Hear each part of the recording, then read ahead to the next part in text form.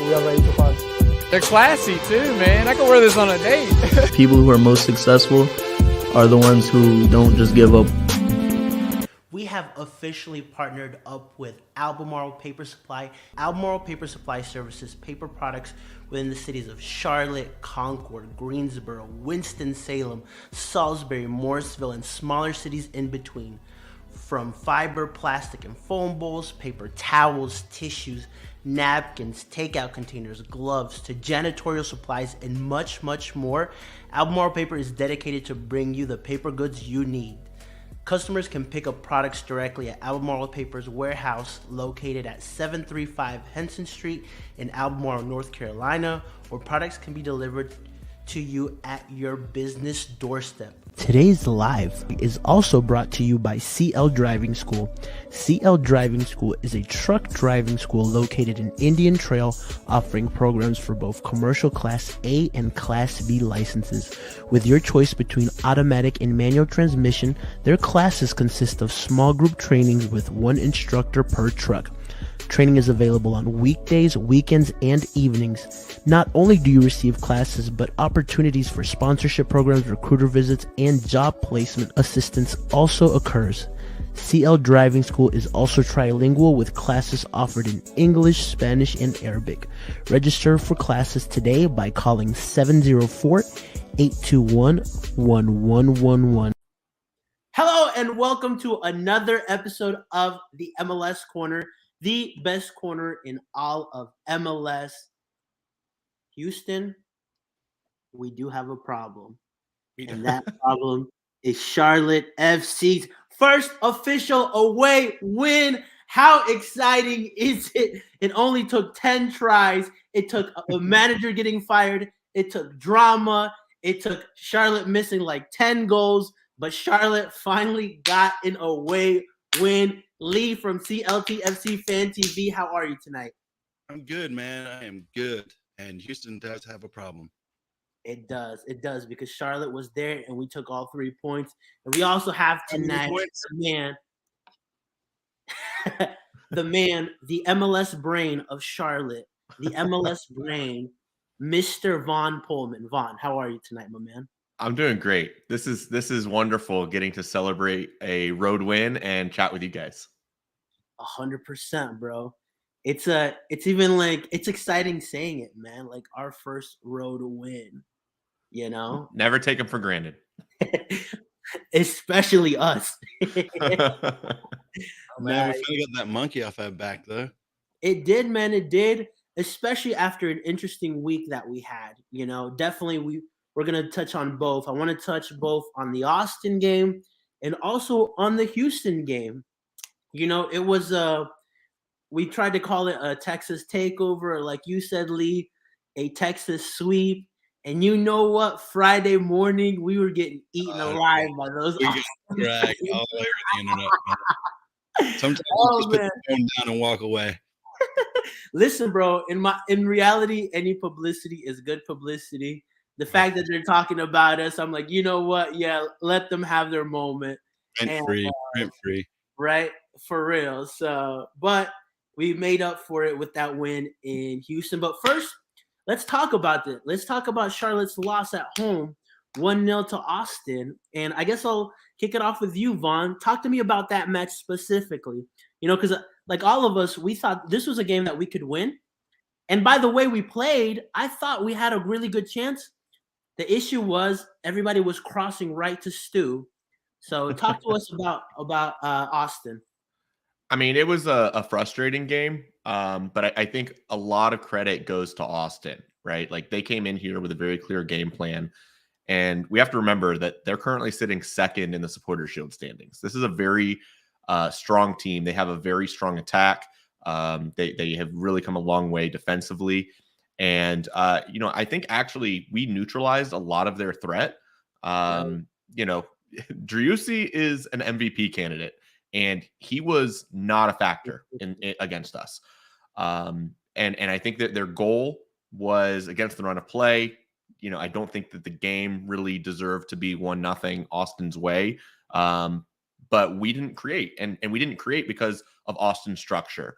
Their 4-2-4 that they were sitting in. I mean, there just wasn't room in the middle. There was nothing going between the lines for us in midfield, and that it just forced everything wide. And we saw all of those empty crosses. I mean, that was the thing that I left the stadium feeling like, you know, it was we deserved at least a draw from that game. It felt like for me. But we didn't create enough chances to deserve a win either. But I think a 1-0 result. A little bit. You know, the second half was better than that. We should have been able to get something from that. TT Ortiz barely missing the far post goal. I really wanted that one for him, for that squad, because that was what was really exciting going into the game. Was that is the preferred 11 that I've been hoping for. Like maybe I would have subbed out Aful for Lindsay. But outside of that, like that's the 11 I want to see. I think that's our best 11 on paper. And I felt like it was going to be my proof of concept game, and it didn't happen. But I think some of that is a huge credit to Austin and just their squad, their structure, their organization, and how they approach the game coming to Charlotte. 100%. Lee, your thoughts on that Austin game? Because I mean, I think it's especially like stings for us. Cause like, you know, we were talking a lot of shit going into this game. Oh, I was talking so much shit, man. So much shit. I mean, it's kind of interesting to see the stats between the Austin game and the Houston game, right? I mean, for Austin, we had 63% possession. You know, we had 9 shots on goal. I mean, 9 shots and only 2 on goal compared to their 5 and 2, right? Obviously, that was a screamer that they scored. I feel like the goal, though, was kind of a lackluster clearance. I can't remember who it was, but it was just kind of a lame attempt to get the ball out of the box, like versus actually like putting the foot through it. It was more like hoping that somebody was there and a pass was on or something. And I feel like that kind of cost us at that moment, right? It was that goal. It was just, again, we always seem to have that one moment that kind of just where we just kind of shoot ourselves in the foot. But overall, I agree. I mean, I think we played well. I think the result was lucky for them, but I mean, it is what it is. They got the 3 points and got out of here, right? Yeah, man. And I mean, I think something similar happened. Who did they play last night? The Rapids. They were down 2-0 and won that game 3-2. So I mean, Austin's definitely a they're second in the West, man. I mean, they're not a. I mean, we gave them a hard time saying they haven't beat anybody in the top 8 and all that other stuff, right? But I mean, you can only beat who's in front of you. 100%. And I mean, it was one good thing too that I saw from that Austin game was we had a pretty decent crowd. You know, over 30,000 again. I know sometimes from the angle that I take the videos at, like when I post that, it doesn't look as crowded as it actually is, to be honest with you guys. But it was something that like I was not that I was worried, but I was interested to see how many people would show up on a Thursday night, you know, and to see that that there was a big backing to the team lets me know as well. And I think all of the MLS now knows as well, you know, that like Charlotte's a strong attendance. It wasn't one game, okay, and then everybody forgot about the team. Like, yo, we're putting up numbers in MLS. So that was something that I wanted to see just from my perspective. And the second one was you both touched on it. I think especially the second half, we played well, but we lacked that creativity. You know, that was one of my biggest criticisms to TT Ortiz, which I think, Vaughn, you touched on it a couple of episodes ago, where he didn't have the best outlets to receive the ball. And in this game, he did. But we struggled a lot. Well, I think part of it was so jammed there in the middle. Like Alex Ring is just, he's a monster. Yeah. And I think that we just had very little room to operate there. I mean, they kept their lines very compact. Yeah. And we saw everything was like, I mean, you could look at the same passing network and it was just like a U around midfield and nothing else was going. I mean, we had nothing connecting into the middle. And the interplay wasn't happening. And I think that's probably the part that I was a little let down by. We saw what Austin did. Like they came out with the intensity of like a yellow card level tackle in the first 5 seconds of the game. Right. And I wanted us to match that intensity and physicality. I think if we would have played into that, we would have forced the ref to have to make some really, really difficult decisions and Right. start handing out those yellows. I mean, there were no yellows in that game for the number of fouls that we took. Absurd. Right. And I think we should have played into how the ref was letting play go. And I think if we would have upped our intensity and our physicality a little bit, we might have seen a different result by the end of it. And that's maybe the one thing that I was a little let down by was, all right, we stuck with our game plan, but our game plan wasn't causing that breakthrough. And I think if we would have forced that issue a little bit, we could have seen something else, another result. Yeah. I also think we didn't take players on as much in the second half. Like you saw that with Yazviak the first half, but the second half he opted to cross. And I mean, a lot of our crosses were just going straight to the goalkeeper. Like we were being very ineffective with it. Well, and Austin has like trees back there. I mean, they've got Gabrielson and Romagna, and then they sub in Keller. Like those are big guys. I mean, we had no target forward that was going to win a header up against those guys. So I think we should have tried something a little bit different to try and get into the box. And one of the criticisms I have for Latanzio in that game specifically, and I know I feel like these people are having these overall, was the subs came in too late, and so people have been like questioning a lot of his subs. But you know what? Like this game, you can knock it, but other games, I don't think you really can. If you take a look at his very first game against Red Bull, it worked. Against Columbus, it almost worked. From Jan to Hagar to Shinyashiki that missed. This weekend, it obviously worked as well. Andre scored the second goal. So I think there's I'm curious to see, especially people in the comments as well, their thoughts on the subs just in general, right? I think in this specific game, he made them too late. But every other game, I kind of wait and analyze, try to see what Latanzio wants to do before we actually make those decisions, Well, I think the one unknown with the Austin game was all these guys were coming back from the health and safety protocols. So, I don't know for sure how much the bench guys, did they train all week? How were they healthy? Were they fit enough to go, or were they just filling out the 18, right? Like, I don't know if some of that played into this or not. But that was definitely one thing that was sitting in the back of my mind of like, hey, maybe we don't know all the details of why Latanzio is having to make some of these decisions. Yeah, but I mean, if you look at the front three that we had, you could say the same thing about them. Like they need some rest too. Yazviak didn't play. Who was our front three? Yazviak, Harold, and Shinyashiki. Yeah. So. Yes. But and against Montreal, it was only Carroll and Rios that played.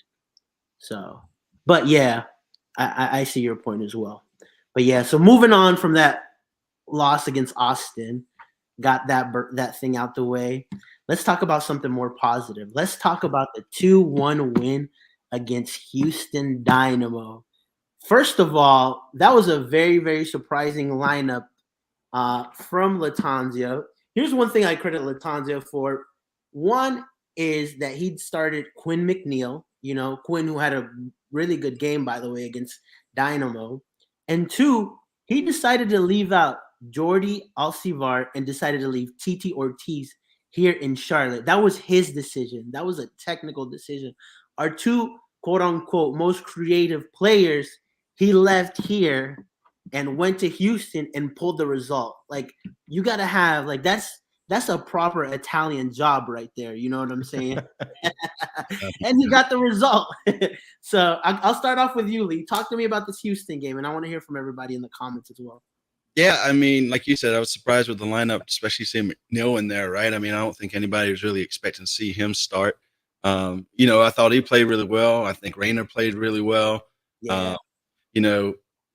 Jaws, he kind of had an okay game, in my opinion. I think he's really just trying too hard, I think, to force something to happen, but his crosses, again, are suspect.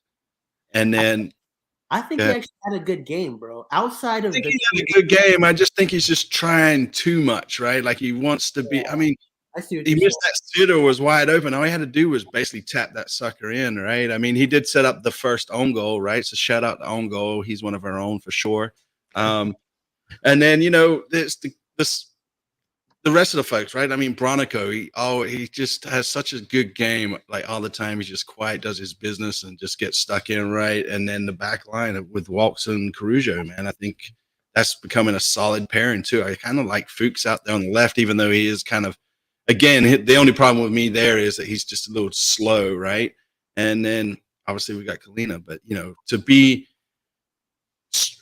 worried at 2-1 up so late in the game, I feel like, was about the only thing I could bitch about. I mean, it could have been 4-5-0 easy, right? I mean, overall, I think we're on the road. We got our first 3 points. The lineup wasn't anywhere what we expected it to be. And I just thought it is what it is. We had one of the things that we did well that we didn't do against Austin was create. Yeah. We saw intensity from the get-go from the team, which was something that we didn't see against Austin. And obviously we missed a lot of goals. I mean, if we would have lost that game or not won it, the perception of how we would have felt would have been very different, because that was definitely a huge win after coming out of a loss.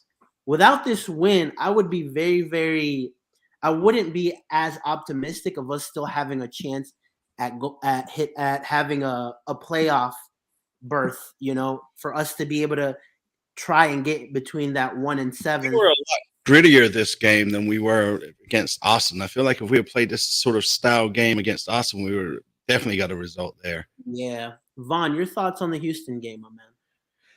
I mean, I'll talk a little bit about Juzviak because I think he actually had a pretty good game. Yeah, he had a shit game. I'm just saying, I think he tries too hard to make something happen. Well, I joked during the game that that Juzviak was going to become a verb after the game, right? Like he Juzviak'd that shot. He had his moments that just didn't quite come off, but we set the tone early, and as the road team, that was, I think, really important. This was the first road game that we've scored 2 goals. I think that's huge. But Juzviak was pressing enough. He caused a turnover and got a shot on goal from zone 14, top of the box in the 2nd minute. Swiderski, he got a shot by the 7th minute on frame. So us getting our 2 DPs on the field, playing together and getting looks at goal, they both had dangerous moments. We at one point in the second half, I was like, man, if Juzviak puts 1 away, we would literally be talking about how he nearly had a hat trick in this game. Like how it was realistic for him to have gotten a hat trick. Like that's a positive. He's getting into more dangerous positions. He played more direct. He was making space in and around the box for other players. And I think that was a really good sign. So I thought that was a really bright spot. And yeah, I think Sergio and McNeil were great. I think that's the one area that we've still got to figure out is our dual 8s, right? Like that's the part that we don't know exactly what's our best bet and who's going to perform week in and week out against what opponents. If you'd have told me at the beginning of the year that we would get our first road win with Quinn McNeil starting, totally out of there. Half of our fan base didn't even know who he was 2 weeks ago, if they're being really honest, And then all of us who follow Charlotte, I've seen Quinn at Independence. I was like, he looks like a good player. I didn't know if he was ready for MLS, but you know what? From what I've seen, I'd keep him around, But obviously, it's kind of like the Bender thing, man. When Bender has a bad game or has a string of games that he's not great, like everybody starts tearing him down. I'm like, bro, relax. He's still young. Like these are young players that we need to develop in the long term, right? Ain't nobody got time for that. And this is a question that we can answer now then. The seemingly consistent lack of being able to finish on good opportunities, is that something we can fix tactically or is it a personnel problem? You know what? That's a great question because obviously we saw multiple misses again in this game. We saw twice. We saw Shinyashiki miss a one-on-one as well. We saw Gaines miss an opportunity. And this isn't the only game where I feel like we've missed clear-cut chances. There's been 4 or 5 other games where we've had an opportunity and we just don't score, right? So what do you guys, is it something that we can fix tactically or is it a personnel problem? I think it's just a lack of composure when they're one-on-one with the goalkeeper for the most part, right? I mean, obviously if they're professionals and that this is their sport, so you would think some training and some some talking to, right? Instead of kicking it at the keeper, maybe kick it across him or something, at least make him save the damn ball. But I don't know, man. There's that. And, there's also the fact that we give away the ball really easy at times too. And, if you're a striker, your job is to score, right? Right. Especially if you're a DP striker. Or if you've got that DP tag on you, I expect you to be making these kind of. Just at least make the keeper make a save rather than shooting it straight at him. Right. What do you think, Vaughn? I think it's a numbers game. There was a post. You guys have probably seen the Mint City Analytics graph that's going around that's showing our rolling XG and XGA. And that's really good about it. 3-game averages. And that's a really good visual. And there was something that was pointed out from Justin Egan in looking at that was talking about how Charlotte has had the best expected goals against in the league since June 1st when Latanzio took over. But also our XG is going up. So our expected goals, it means that we're taking either more opportunities or they're in better, more dangerous positions. And I think it's a little bit of both. And so to me, it's a numbers game. If we keep up that type of play, those chances are going to fall, right? Guys are going to go in and out of form. I think that's some of what we're seeing right now. Swiderski hasn't scored in what was it, 12 games or something like that? It's something ridiculous. Yeah, but those are going to come. He's going to get those goals. He's been a little unfortunate, and I think for some of these guys, they just need to see it hit the back of the net, right? Like I was talking about Shinyashiki and being like, he's a 5 to 7 goal guy in MLS. Like if he's playing every single week, he's at 4 in league play already, 5 in 10 games across all competitions. Like he's outperforming his metrics. And that's a guy that's on a heater. Like he's doing great. I think it's going to balance out over time. Uzviak, he's going to hit those open netters. Gaines, he's eventually going to grab one. Swiderski, he should be a 10 to 12 goal scorer in MLS. And I think we're going to get there. It's just keeping it up. And the more we play together, the more we play under Latanzio, the more that we establish that structure, the more we start seeing those balls that are hit over the top and they're connecting. We're very close to busting things open. Yeah. But I guess my point though would be it's not so much that like Carroll's not scoring or whatnot. It's how clear and obvious that goal scoring opportunity is that we're missing, right? It's different if you're like got a man in front of you and you're taking a shot, but like I can think of at least 5 or 6 goals where it's just been a one-on-one with the goalkeeper and we've essentially just passed it to the guy. And, to me, that last bit is what's needed, right? Whatever that is, composure, some training, some talking to an arm around the shoulder sort of thing, Yeah. But I'm more on Vaughn's camp here as well. Like, to me, okay, the number one thing now was there was a lack of creating. We're creating now. Which if we can continue to create, the goals will come, right? You saw. I'm not doubting that. I'm just saying, like these goals, like that Andres miss, Rios miss, has been literally. They're just shockers of misses. Yeah, it's like straight at the keeper. Like, whoa, like I feel like I would have made half of them, 100%. At least got fouled by him or something, and like dove and got a penalty or something, right?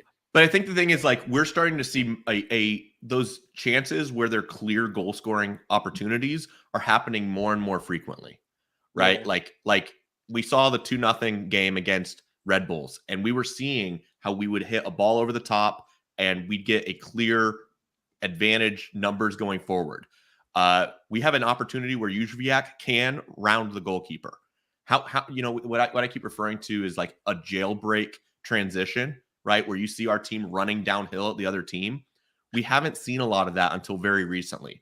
We're starting to see those moments where Uzviak is getting that space. We're seeing that moment where Gaines breaks through and has a one-on-one with the keeper. Like they're going to get more comfortable in those moments as they happen more frequently. And once they see one, find the back of the net. So as long as we're still seeing that occurring, I'm optimistic that it's going to break through. If we weren't seeing those at all, if we were getting, 3 or 4 shots a game still, like earlier in the year, and our chances were all outside the box. No, we've got chances that are like inside the 18 now. That is a big, big thing that was not happening earlier in the year. Swiderski was not getting opportunities inside the 6 to hit a tap in and sky it over the goal, you know? like those are better high XG opportunities that we weren't seeing earlier in the year. And I think as these guys continue to play together, as we settle into our preferred 11, we're going to see those opportunities start to hit.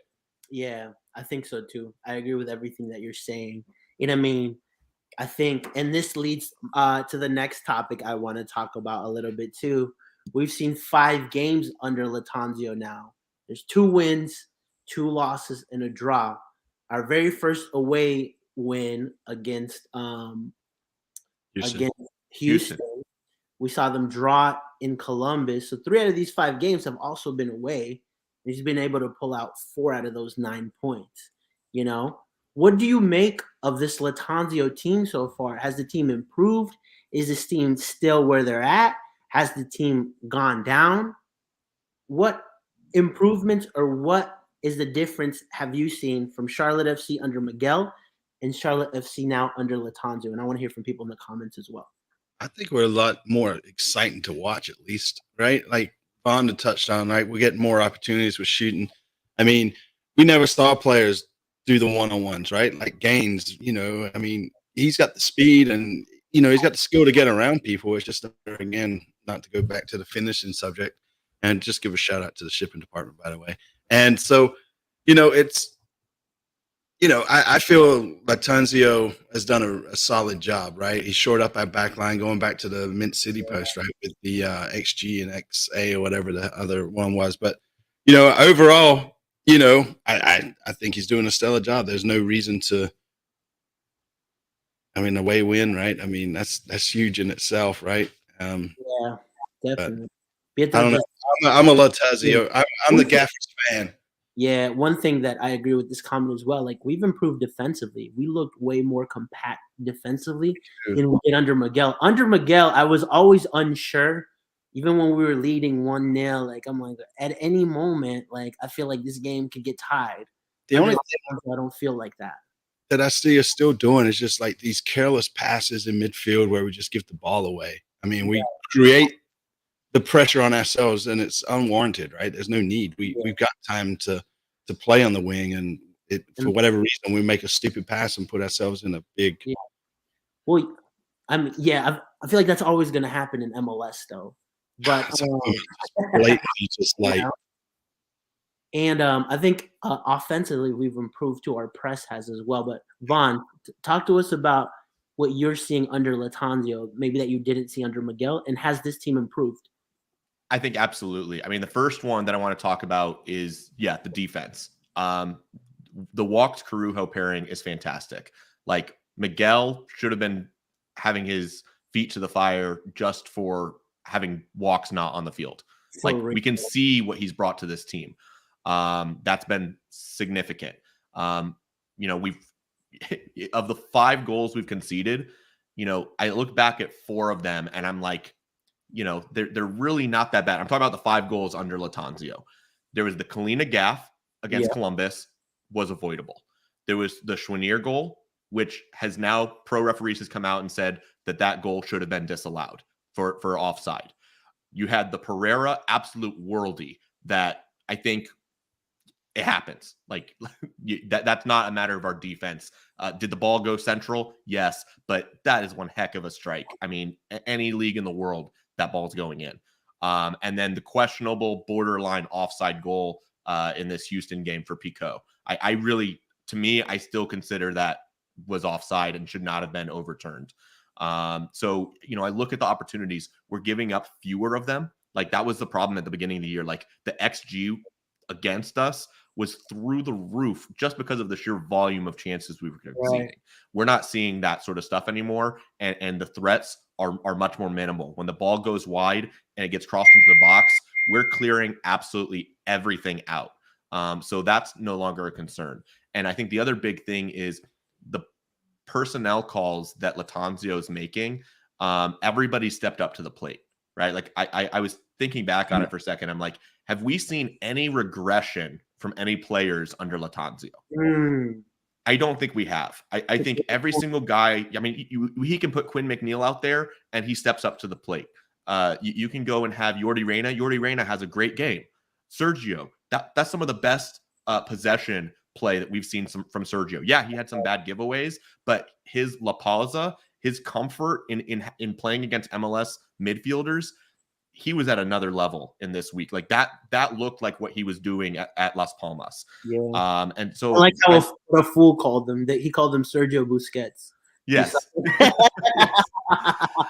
Nice. And so I think that's the plus side, is like all of our guys are progressing under Latanzio, and we're building on those successes. And yeah, we're 2-1-2, but man, those games, minor little things, and we could be like through the roof right now. And I think that's the thing. We're very, very close, like I said earlier, to busting it open. I really feel that. I really feel like we're trending in the right way.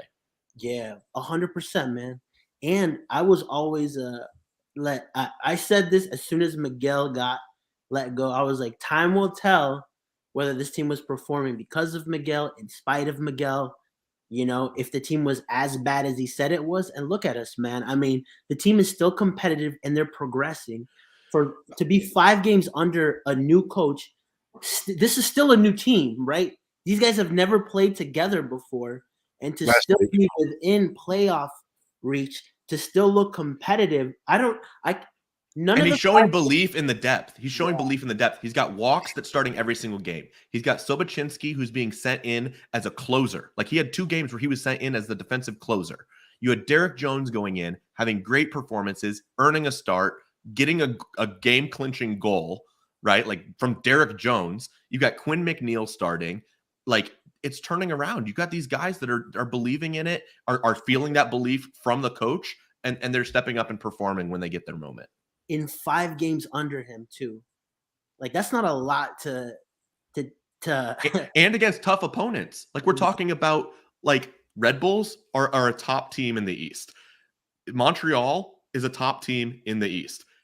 We were just talking about Austin. Austin is second in the league. Like, these are not pushover teams. Right. And we're performing well. And none of those games you felt like we were never in it.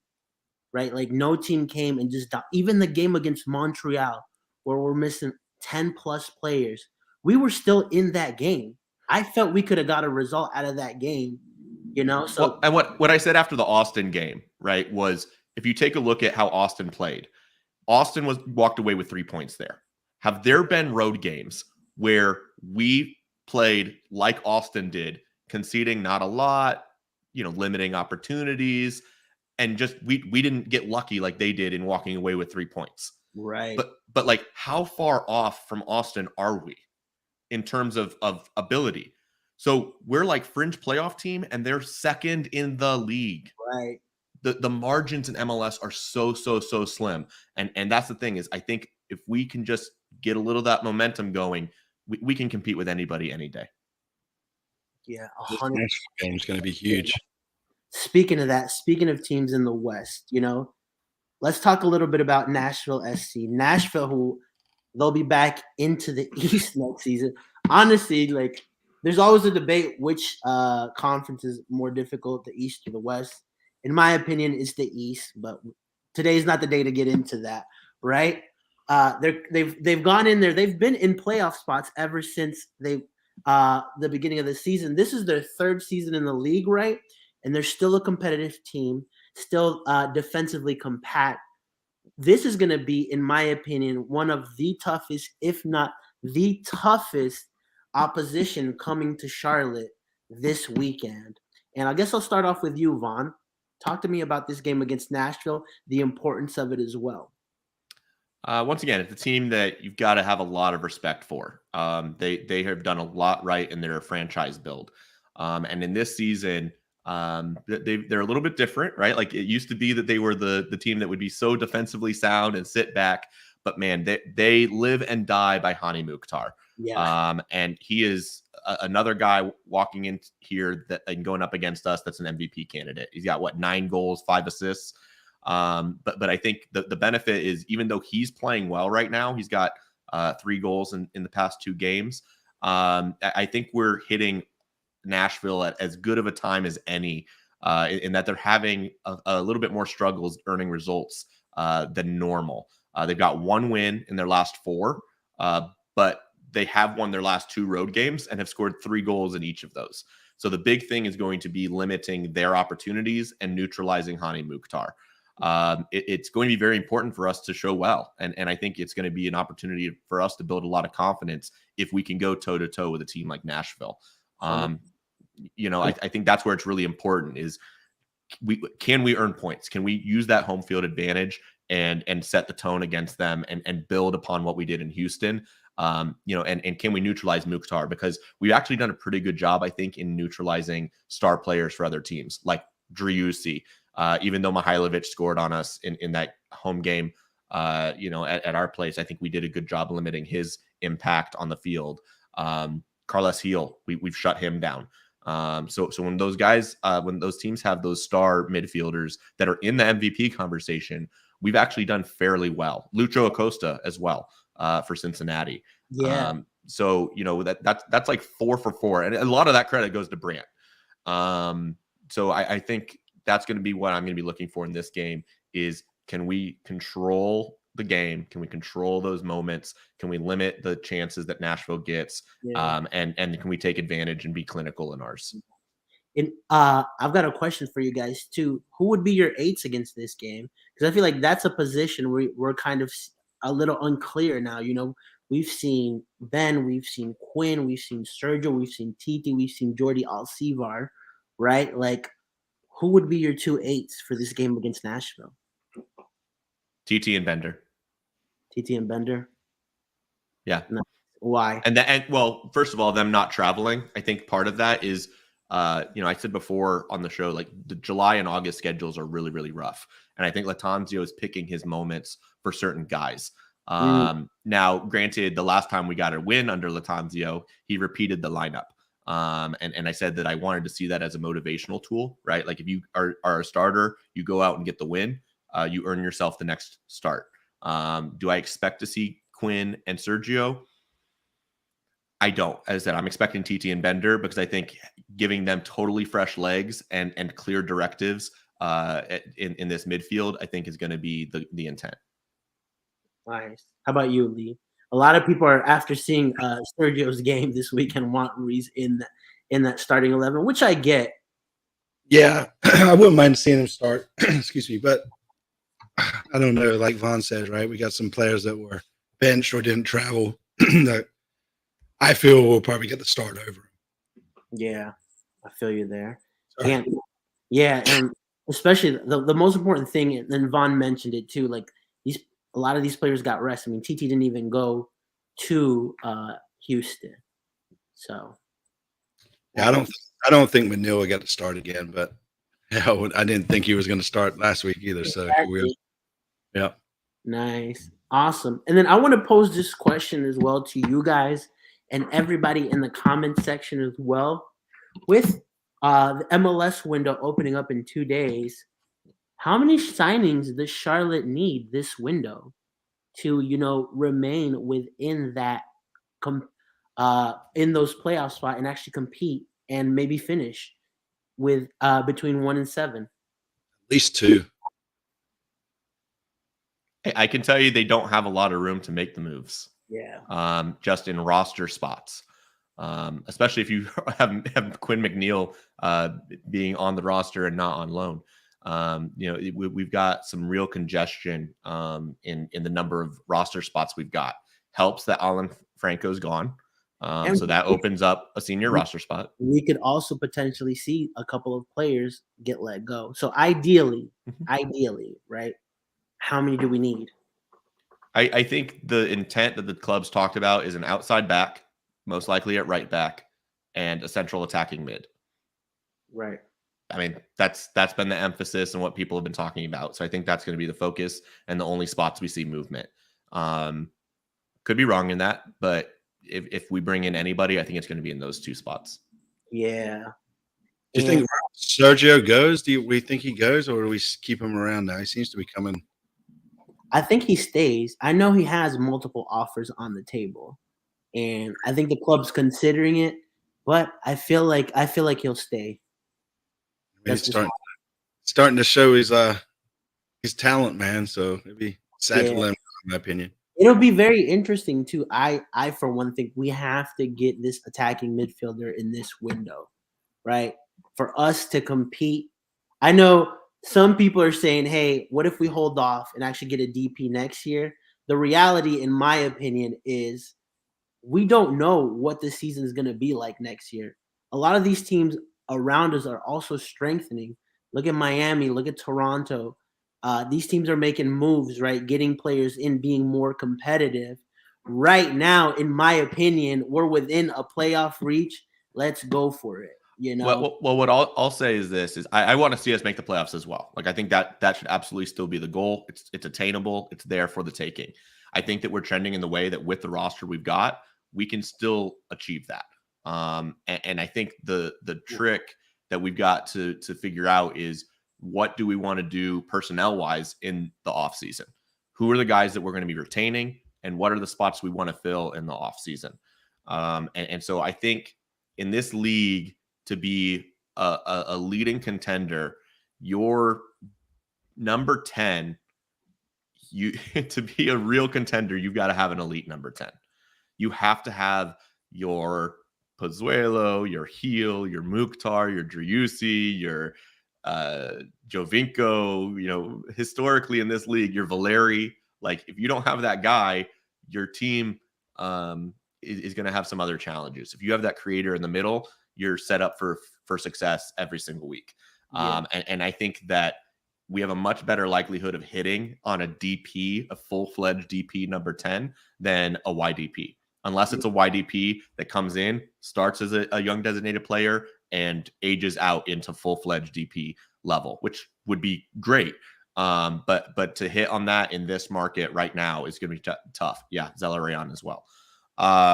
So I think, could we add a YDP number 10?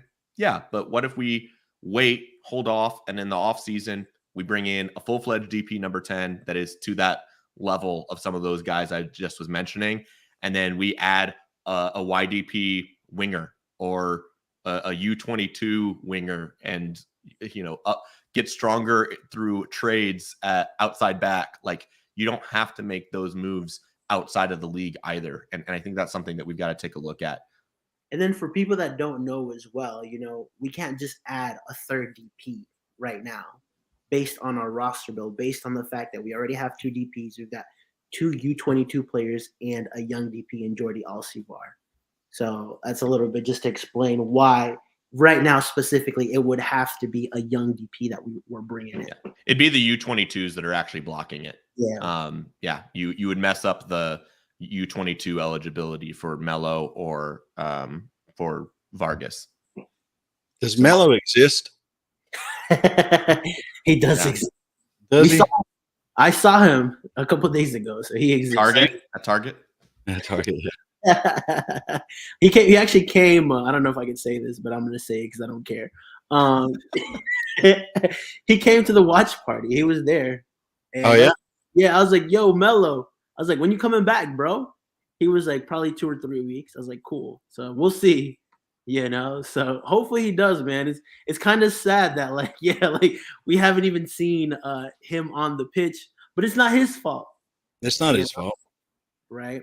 So, but yeah, so if I'm listening to you correctly, Vaughn, you're saying we don't need a young DP this window. We're gonna make playoffs without it. Let's wait and get a DP in the next window for next season, is what you're telling I think me. part of it is also that it's July 5th right now.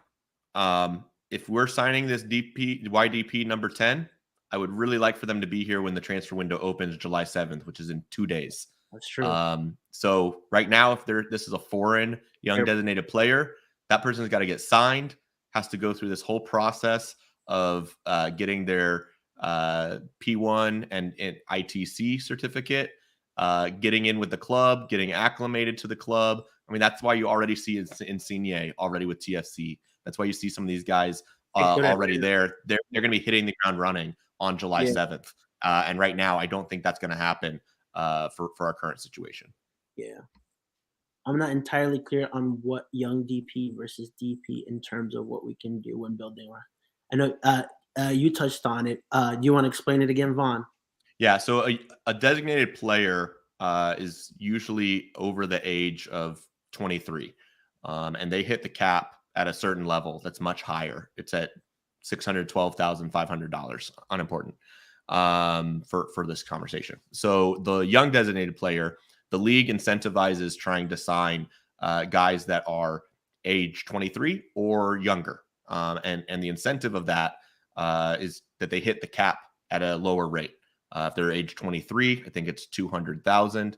And below that age, you know, if you sign a 19-year-old young designated player, they're going to hit the cap at $150,000. So $150,000 versus $612,500, big difference. So the league wants you to find that talent young, bring them in, hit the cap at a lower rate, and if you are successful with that player, you're going to be able to sell them on for a greater amount in the future. So what the league doesn't want to do is they don't want clubs going and signing 3 high-level young designated players and just winning over the league because you decide to go sign Vela, Insigne, and Zlatan Ibrahimovic all at the same time. And then you also, you know, then still get all these U22 spots in YDP. No, the league's trying to control spending and trying to control parity. So that's the big difference between the DPs and the YDPs is how they hit the cap, how teams are incentivized to use them, and not allowing teams to just go balls to the wall on loading up their roster. 100%. Awesome. Thank you so much. That's why we have Vaughn on. Vaughn app. Everybody needs the Vaughn app. For sure. Awesome. And then last thing we'll touch on a little bit as well is I had one more question, but I can't think of it now, and I didn't write it down. And this is why I write things down. But somebody said, what do you guys think about the signing of the German U21 attacking midfielder? I don't think it's going to happen, to be honest with you. Talking about Klimowitz? Yeah, Klimowitz. Yeah. So I definitely don't see that happening. Maybe I'm wrong. Maybe it does happen. But yeah, it's also an older rumor. I think it's from about a month ago. So to Brian's comment, man, we got scouts all over the globe, man. That's one thing we got is a good scouting network. Among the best in the league, actually. Yeah. You know, outside of the clubs that are owned by Manchester City Group and Red Bull, we have one of the better scouting networks among MLS teams. And that's something that, you know, I think hasn't been highlighted about our club, honestly. You know, people talk about spending. The investment that has gone into some of the behind the scenes things and some of the hires that have been made. I mean, you got to think about like Glick. Glick was with us. Glick was a part of Manchester City Group. He's now getting signed to do with Chelsea. You got Nick Kelly that was coming over from Anheuser-Busch at a high level. And now on the scouting side, you have this network established that is, there's a lot of teams that don't have that structure in place still, and they've been around in the league for decades. So I think that's something we shouldn't take for granted. 100%. So that goes back to my point. If we have a great scouting network, then we wait, are we not trusting them that they'll get the right young DP to help us out long term? I mean, look what happened with Jaws. We would have paid a lot more money for him, right? And then he got hurt, and we decided, hell no, we don't want him. And then, you know, opportunity came knocking. So, I mean, yeah, I mean, I think the club does a great job. Like, they've got some great negotiators there.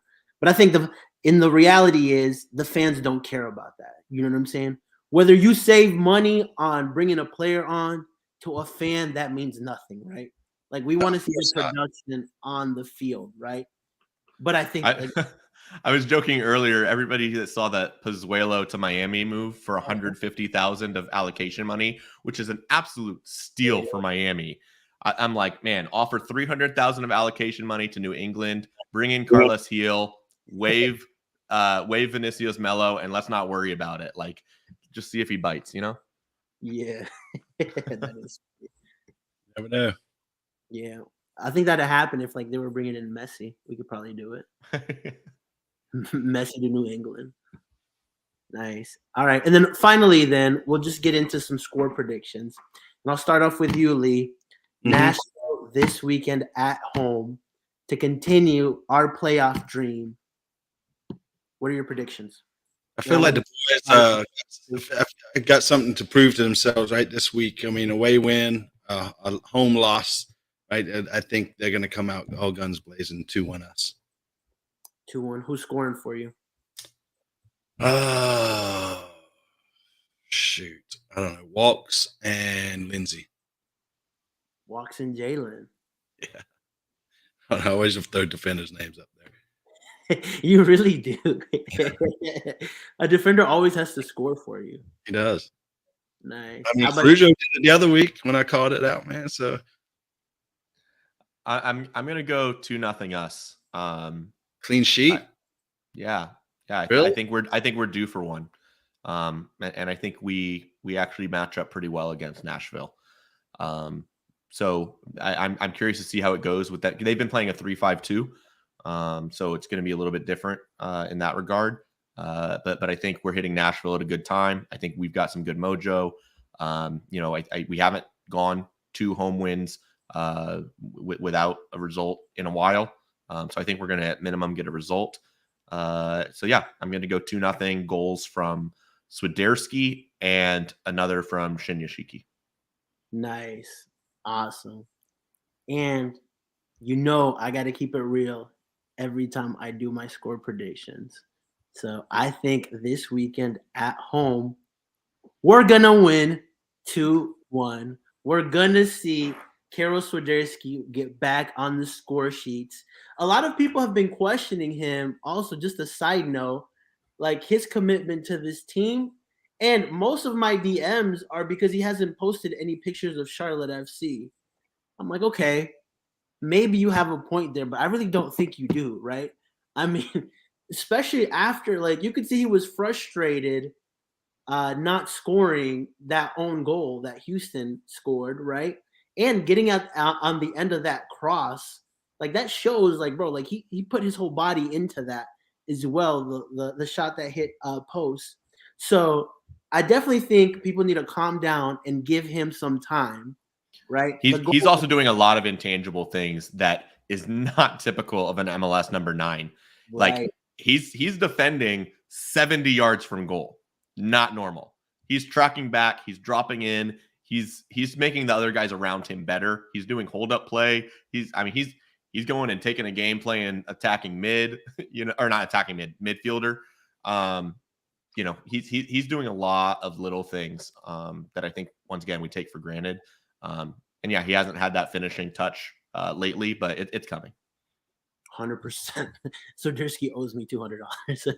All right, Tyler. Well, next time I see him, I'll be like, yo, you owe Tyler $200. Hey, talking about $200. Shout out to my buddy Christian Mendoza who put 200 on Charlotte beating MLS. Yo, he did, bro. How much did he make off of that? I think payout was like $780 or something. Dang, that's solid. Yeah, solid. Barry Kane in the house. He's one of our own. Yeah, but I think Karol gets one, and I also think Shinyashiki gets another one, so I can play that Miami video where they said we spent way too much money on him again.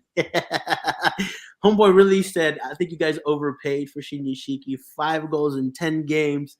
Suck it, Inter Miami. You're still going to be below us at the end of the season as we're riding off the playoffs. So it's going to be an exciting weekend. And again, we get to be back at Bank of America.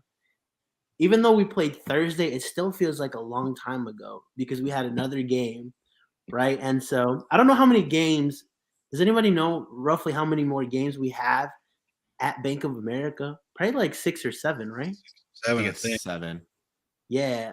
So, I mean, it's slowly winding down, man. Yeah, the season's coming thick and fast, and like we're already halfway through the season. So, you know what? Be there this weekend. It's going to be a fun time. Also, I have an exciting giveaway tomorrow, so stay tuned for that. I'll be posting about it tomorrow morning. So just be on the lookout. And with that, we'll end another episode of the MLS Corner. Lee, where can we find you at?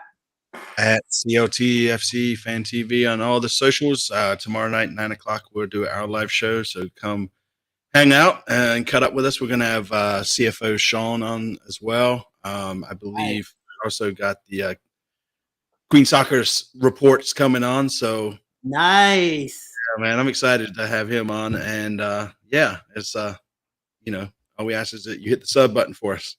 For sure. Vaughn, where can we find you at, man? The MLS brain of Charlotte F's in Charlotte. Damn, how'd you VI get Pullman. the right? You got to do it reverse. Reverse of what you think. It's reverse. Yeah. At VI Pullman.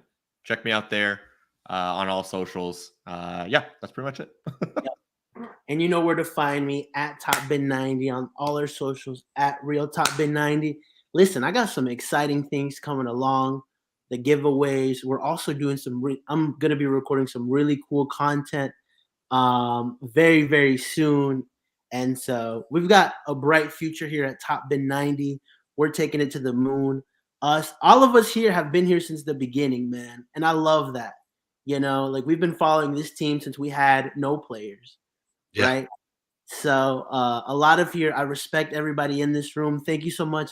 And also thank you so much to everybody that joins every weekend and looks forward to what we have to say. I don't take that lightly at all that you guys decide to give us an hour every week of your lives to listen to us, and so that's why I try to bring the top quality here. That's why I like bringing guys like Vaughn, bringing guys like Lee, bringing just people on that are actually going to give you guys value here. So thanks so much, everybody, for coming on. This has been another episode of MLS Corner. Woo woo!